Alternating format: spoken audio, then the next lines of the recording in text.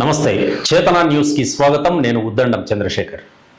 నడిగూడెం నాగార్జున సాగర్ ఎడమ కాల్వ గట్టుపై ఏర్పాటు చేసిన సంపద వనాలను సూర్యాపేట జిల్లా కలెక్టర్ తేజస్ నందులాల్ పవార్ ఆకస్మికంగా తనిఖీ చేశారు.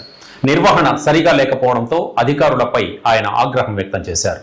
అనంతరం ప్రభుత్వాసుపత్రిని జెడ్పీ బాలుర ఉన్నత పాఠశాలను కస్తూర్బా పాఠశాలను కలెక్టర్ తనిఖీ చేశారు. రైతు వేదికను కూడా పరిశీలించారు.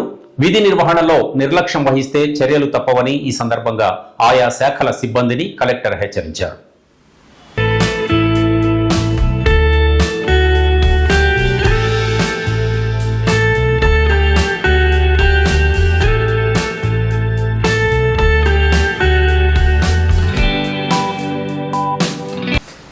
శ్రీ సత్యసాయి జిల్లా మడకశిర నియోజకవర్గంలోని గుండుమల గ్రామంలో ఈరోజు సామాజిక భద్రతా పెన్షన్ల పంపిణీ కార్యక్రమానికి హాజరైన ముఖ్యమంత్రి నారా చంద్రబాబు నాయుడుకు ఉమ్మడి అనంతపురం జిల్లాకు చెందిన పలువురు మంత్రులు, ఎమ్మెల్యేలు, ఇతర ప్రజాప్రతినిధులు ఘనంగా స్వాగతం పలికారు. బీసీ సంక్షేమ శాఖ మంత్రి సవిత, ఆరోగ్య శాఖ మంత్రి సత్యకుమార్, ఆర్థిక శాఖ మంత్రి పయ్యావుల కేశవ్, ఎమ్మెల్యేలు పల్లె సింధూర, కాలవ శ్రీనివాసులు, ఎంఎస్ రాజు, దగ్గుబాటి ప్రసాద్, మాజీ మంత్రి పల్లె రఘునాథ్ రెడ్డి తదితరులు పుష్పగుచ్చాలతో సీఎంకు స్వాగతం పలికారు.